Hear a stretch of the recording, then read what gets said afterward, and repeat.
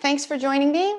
I'm Andrea Marcum, and this is a 30-minute tennis-inspired yoga practice. Now that programming is starting back up again, USTA SoCal has enlisted me to create some short yoga practices to get you players back in shape, in tip-top shape, body and mind. So each week we focus on a different body part. Last week we did hips, and this week it is shoulders, shoulder stability and mobility in a practice that I call ACE. Now you notice that I'm on a yoga mat. If you don't have a yoga mat, it's no problem. I also am barefoot, but if you're more comfortable in shoes, no problem, no sweat. A folded blanket would be a pretty good idea because you may want to pad your knee for some of the things that we do today. And it just makes for a more easeful seat when we do some seated poses a bit later. You also are going to be using your tennis racket in this practice. So if you've got your racket nearby, grab a hold of it, bring it with you. We'll be incorporating that into our practice. And then we will start lying on your back, which sounds pretty good, right? We're off to a good start if we're lying on our back, in something called Constructive Rest. So just step your feet wide, let your knees fall in on each other. And this is where we stop so that we can start, where we turn the arrows of attention inward as opposed to distractedly outward, just as you do when you step on the court and you want to be fully present, in the zone, top of your game. Now notice your shoulder blades against the ground and join me to just nerd out a little bit here. Probably, like mine, yours are winging apart a little bit. Shimmy, show that you feel shoulder blades on your back, so flat against your back. And I'm going to use that cue quite a bit today. So let's have this shared experience, so it doesn't sound like something intellectual, of shoulder blades on your back with the tactile feedback of the floor. So you can kind of nerd out on that and then breathe into it. And ideally, you're breathing through your nose and you're slowing things down as you do. Part of that inward turn, or in yoga speak, pratyahara. Take 3 cycles of breath here, feeling all the feels, focusing on your breath.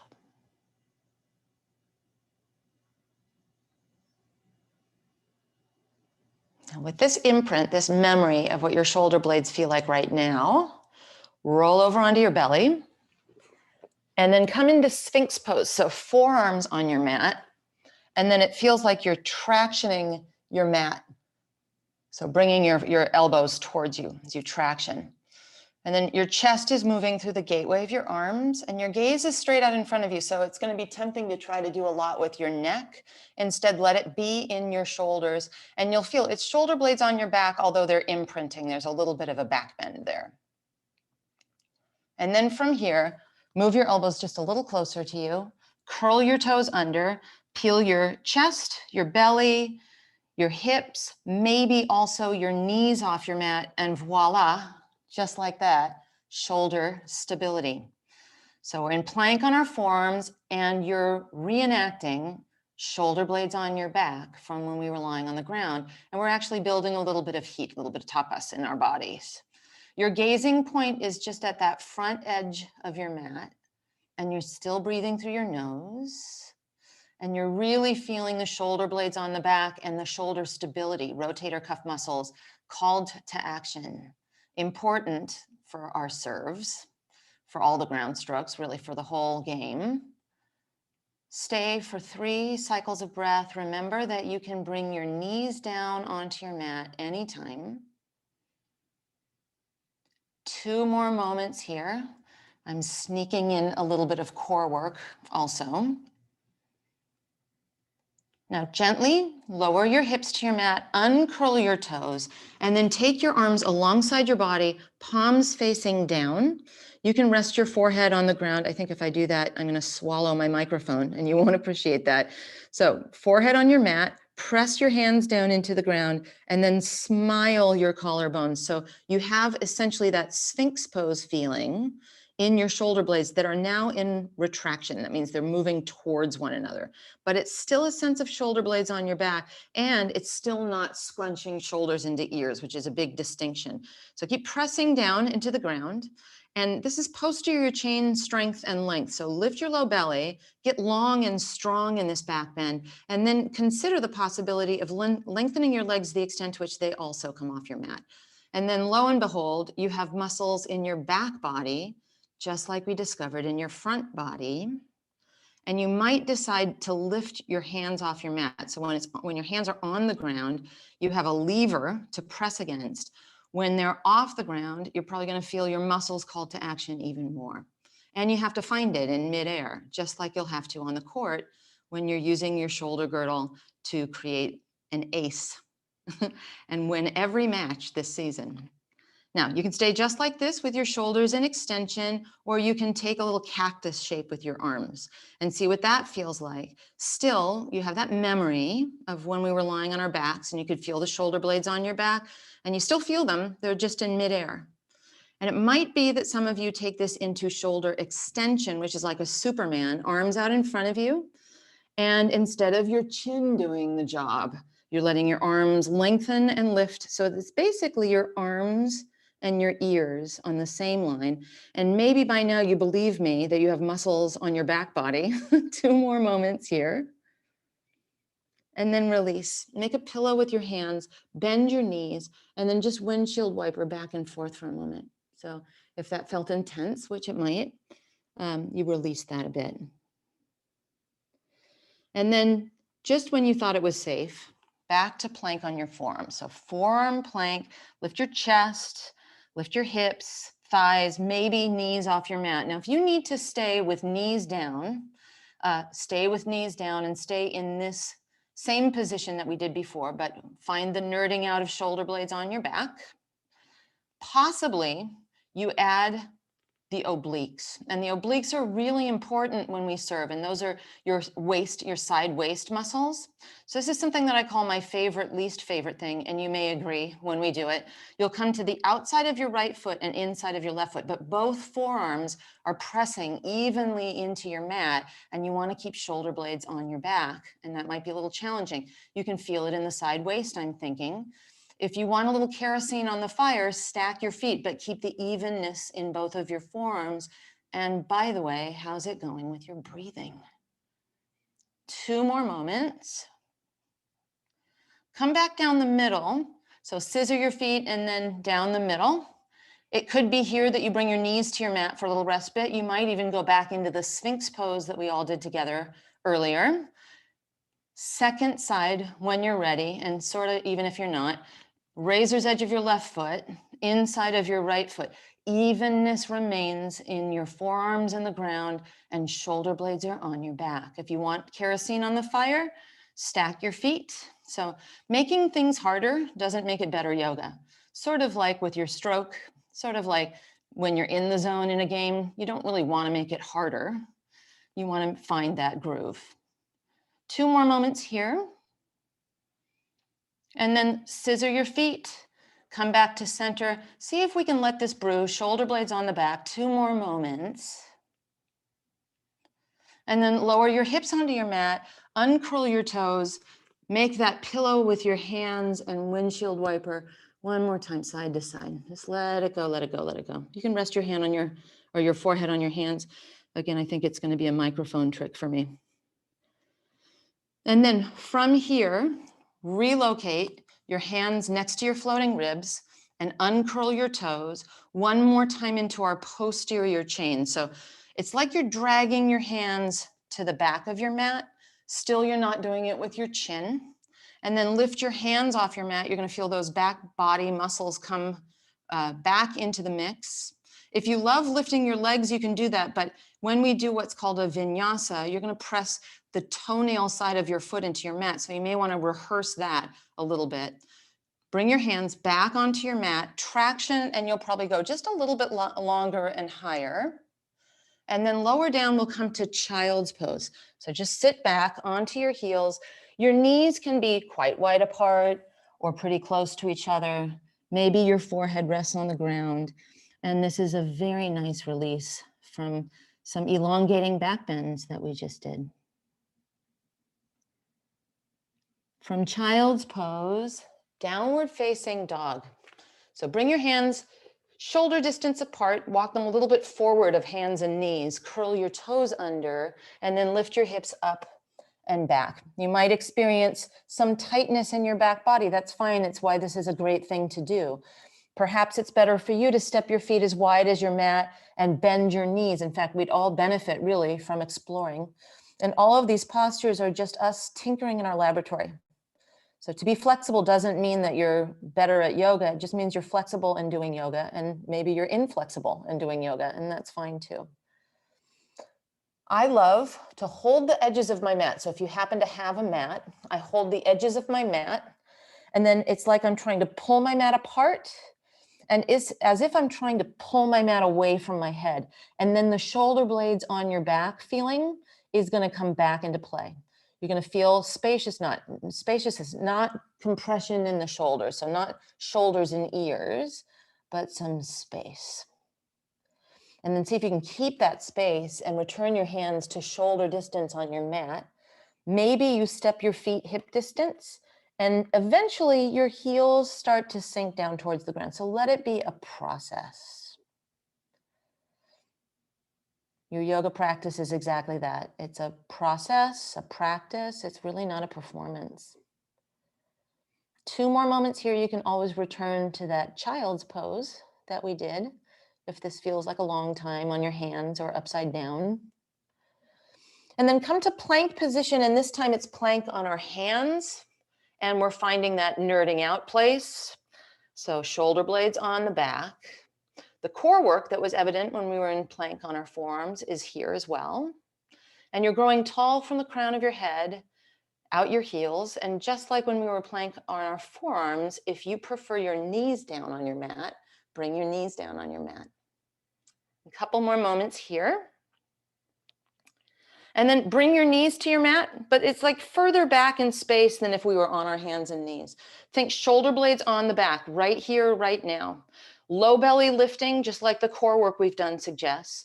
And you're going to lower to your belly in one piece with your elbows brushing your ribs. Uncurl your toes once you're here. Traction your hands back and come into that cobra. And then lower down enough that you can head back to downward facing dog. We'll do one more slow, gooey vinyasa. That's what that's called, the Chaturanga up dog, down dog.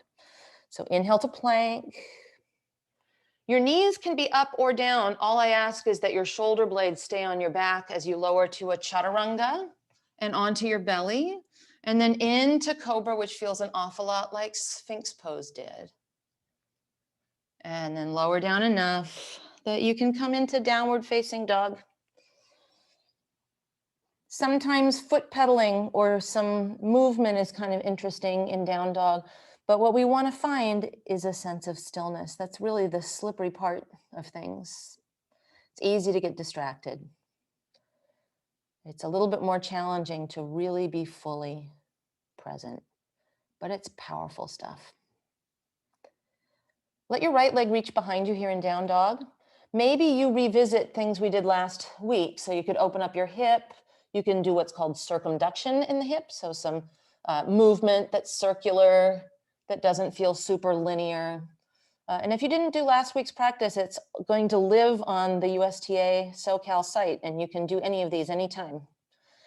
And then come to a plank with your right knee to your chest and step your right foot next to your right thumb. Lower your knee, which is where you might decide to use that folded blanket as padding, and then take your hands onto your right thigh. Now, this is not a collapse, so press against your thigh and find that you're making some space between your right hip bone and right thigh bone. Take your arms up overhead, and then imagine that you're doing a lat pull down and cactus your arms, just like we did when we were on our belly, some of us. And pause for a second. So you can always keep the back toes curled under or be on the top of the foot. Either one is fine. Just see if you can grow tall and not collapse into the hips or into the low back. Now, without leverage, turn to your right. Remember those obliques that we did? Now, your range of motion is going to be a little bit limited because there's no leverage. It's just what's happening in your muscles, just like when you do your stroke. I mean, there is a little bit more velocity going on, but your strokes are really about these obliques, this range of motion that you're finding. Now, make a prayer in front of your heart. Tip forward and take your left elbow to the outside of your thigh, and it'll be satiating because there's leverage and you probably feel like there's a little bit more movement, but maybe there isn't as much engagement of muscles. So both are great. The more passive leveraged twist and that range of motion that is without leverage. Just 2 moments here. And then unwind and take a hold of your racket. So find your racket and hold on to the base of your racket. Bring your elbows all the way to touch. So like mine here, all the way to touch. Now you're going to have to find that core work we did again. So uplift in your belly and then start to point your racket head towards the wall behind you, but don't let your elbows come apart. And you will very early on hit a sweet spot, and it may not feel that sweet, but try to keep the elbows together and your racket moving behind you, and muscles are going to shake and quake. You're going to feel the tightness in your shoulders, but also that they're trying to stabilize. Breathe into the experience of it. 3 moments here.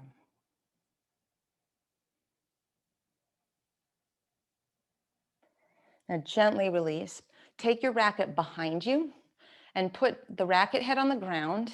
Reach back with both hands for your racket. Now it's like the belly back bend that we did, and your shoulders are an extension. Remember that you want to lift your low belly and make that space between your thigh bone and your hip bone. And you're welcome to walk your hands down your racket if you want to. Just find that feel-good position. It's pretty delicious here. Just like our belly back bends, it's likely that you try with your neck to do it and steal the thunder from your shoulders. Let them have their moment. Keep breathing deeply. 3 more. Can you sip the stillness in this new position? Or are you anxious to see what's next? We have to be fully present as the ball comes at us and not try to overthink it. Same thing here.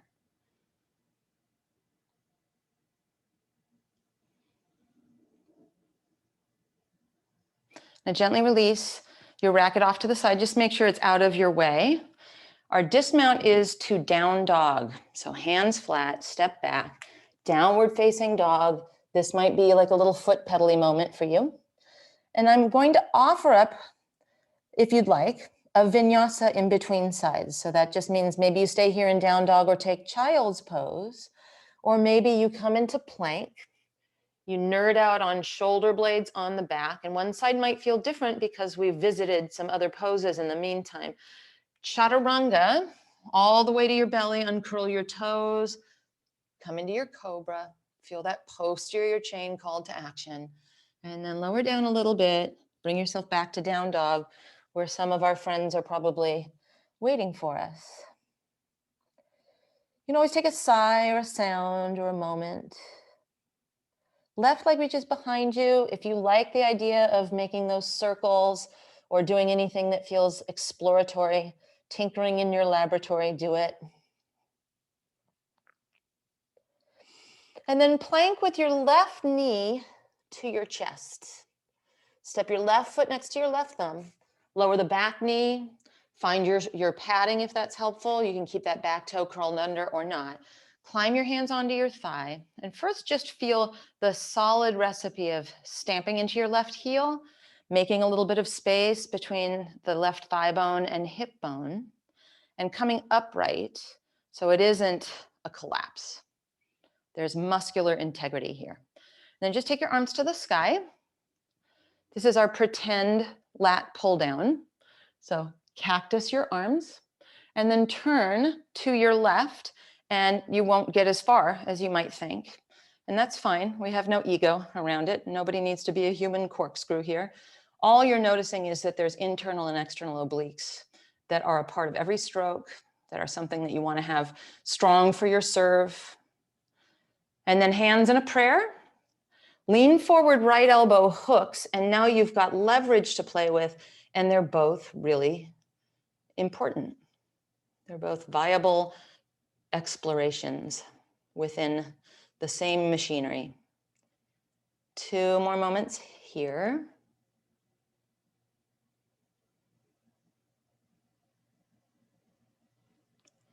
Unwind. Once you've unwound, take your racket into your hands and then bring your forearms to touch. It may be that that's enough. Like honestly, in my body, just about. And then start to move the racket head behind you. Remember that we're not scrunching our shoulders into our ears.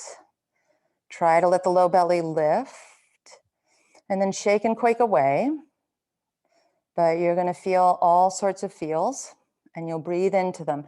And the sensations are not so crazy that you feel like you got to get out of here. They're just intriguing enough that they keep your mind where we are right here, right now. 3 more.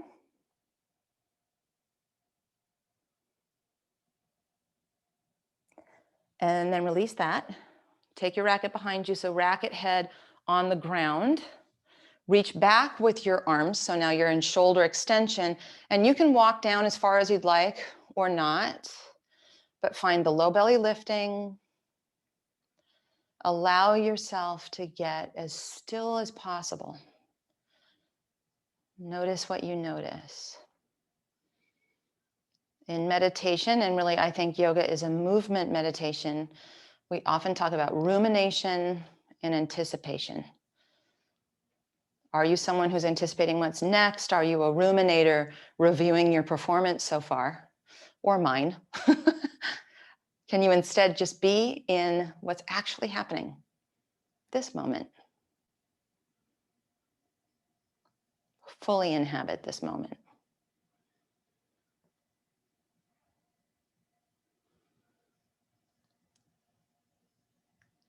And then we'll gently release. This side, carefully place your racket off to the side. Downward facing dog, so step back into down dog. Maybe a foot pedal or a sigh or a sound is of interest to you. If you want, one more vinyasa. Plank position, shoulder blades on the back. Chaturanga eventually hovers above the ground, but all the way to our belly today is great, so that we can really have precision in our Cobra. Tractioning the arms, shoulder blades into the back body.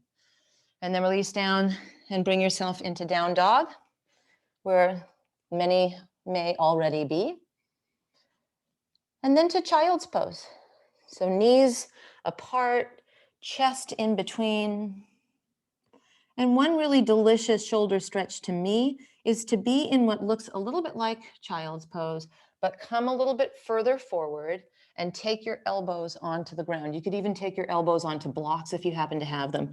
Make a prayer behind your back, take your forehead to the ground, and then just pause here. Shades of what we did with our elbows touching and shake, shake, shaking with our racket behind us. Stay for just a few more moments here.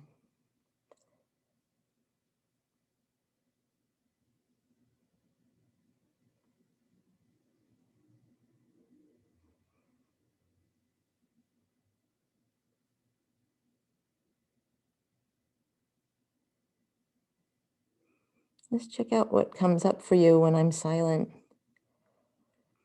Does your mind wander? Is it some of that anticipation, rumination business? Happens to all of us, me too. Just notice. See if you can come back to your breath and to fully experiencing this moment. You'll find it as a tool on the court to come back to presence of mind. Not get pulled away into some sort of story or overthink what you've done or may do. It's the zone.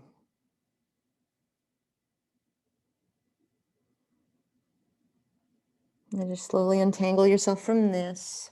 We'll come seated in a cross-legged position, which means for a lot of us, and I'm just going to go ahead and do it, sitting on a folded blanket is probably going to make this more easeful. You are going to use your mat or your racket. So grab your racket or have it within reach. Let's cross the right shin in front just so we're all on the same page. And instead of crossing at the ankles, walk your feet so that it's kind of roughly ankles underneath knees. Then you're going to feel this as a little bit more in the glutes. So last week was more of a glute practice, but why not get a glute stretch while we're doing some shoulder stretches. Now, once you have your racket, take it overhead, so right elbow up to the sky, right? As if you were doing some sort of like bizarre attempted serve. And then take your left arm and help it along a little bit. And I mean a little bit. And then what you can play with is lowering your racket down your back a little bit.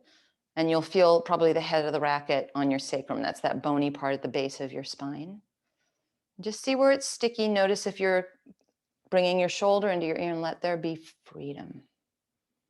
So a little liberation as you're here. And just a few more moments like this.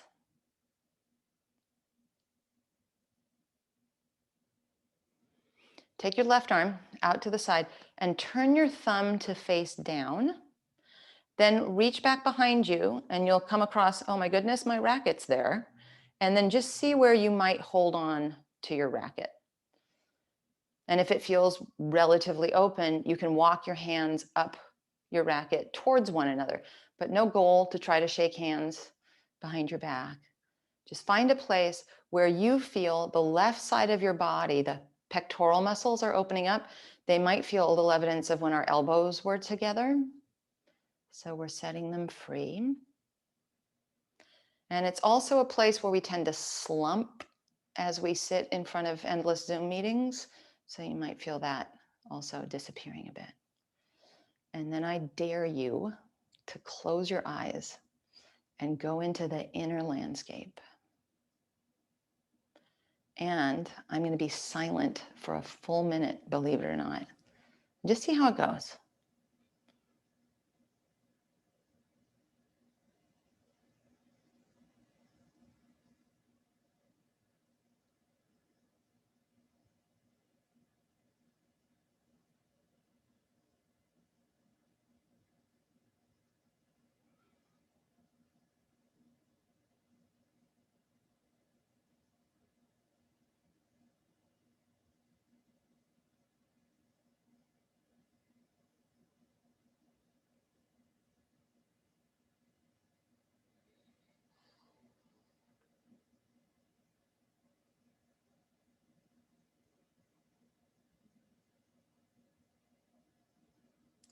"15 more seconds, you're doing great."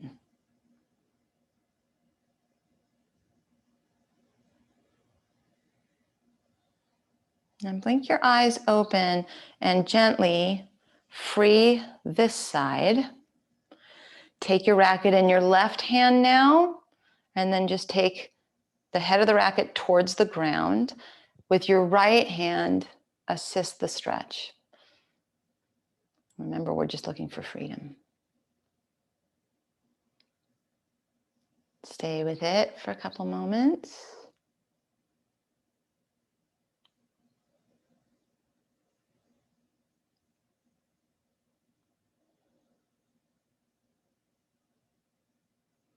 Then take your right arm out to the side. Thumb faces down. And it could just be the back of your hand on the face of your racket. A whole new meaning of backhand. And then you can walk your hands up your racket a bit and find the spot. If you're right-handed, this might be quite a bit stickier than the first side in that pectoral area I was talking about. It's just interesting to see how we use our two sides unevenly. And yoga helps us to find some balance. Let that yoga breath be part of the balance, even inhales and exhales if you can.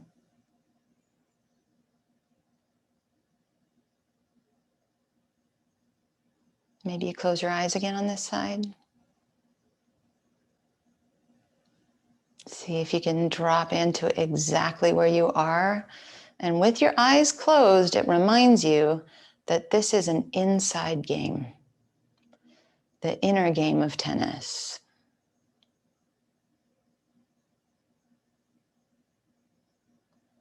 The ability to be with ourselves without judgment.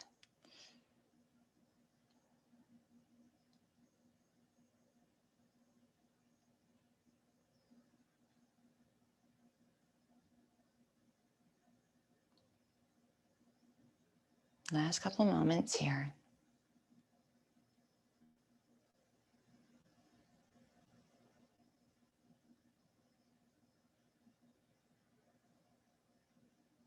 Now, carefully wriggle free from this side, and you can set your racket off to the side.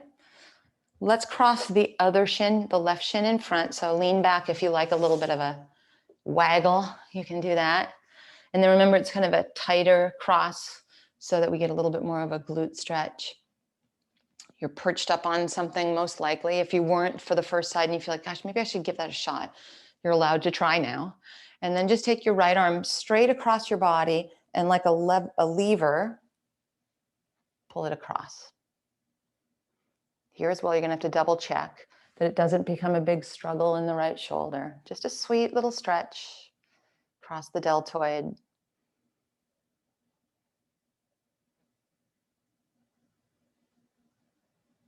Two more moments here.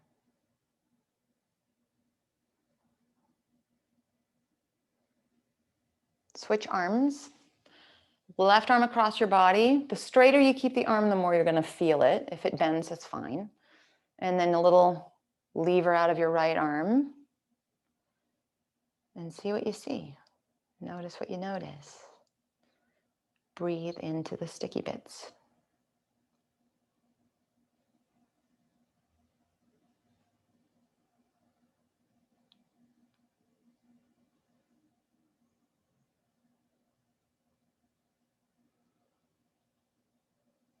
And release this side. Come off of your perch. And just make sure everything's out of the way. We're going to take a spinal twist on the ground, so a supine twist. Lie down. You can cactus your arms if you'd like. Scoot your hips to the right. Let your knees drop to the left. It might feel particularly delicious to cross the right knee on top. So if that suits you, go for it. If not, just let the knees spill. It's fine.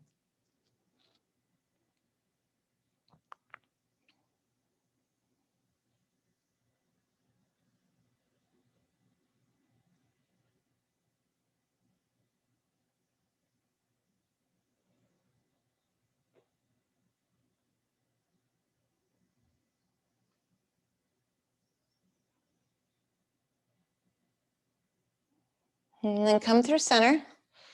Place your feet on your mat or the ground if you don't have one. Scoot your hips to the left. Perhaps you cross the left knee on top. And then the knees drop over to the right.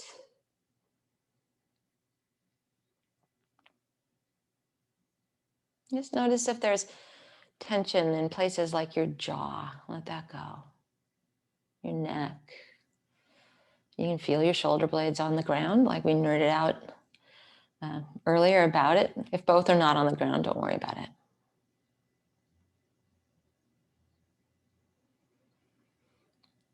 And then last week, I said, okay, you've won Wimbledon and you're lying down in the grass. If you want to win the French Open or the US Open or anything else this week, it's fine. But, Wimbledon has grass and the others are, hard court or clay. So it's up to you. But for our Savasana, our story, and we're sticking to it, is that you have won maybe just even your first USTA SoCal match. So mindful you are that you won it in straight sets. And we lie here basking in the glow.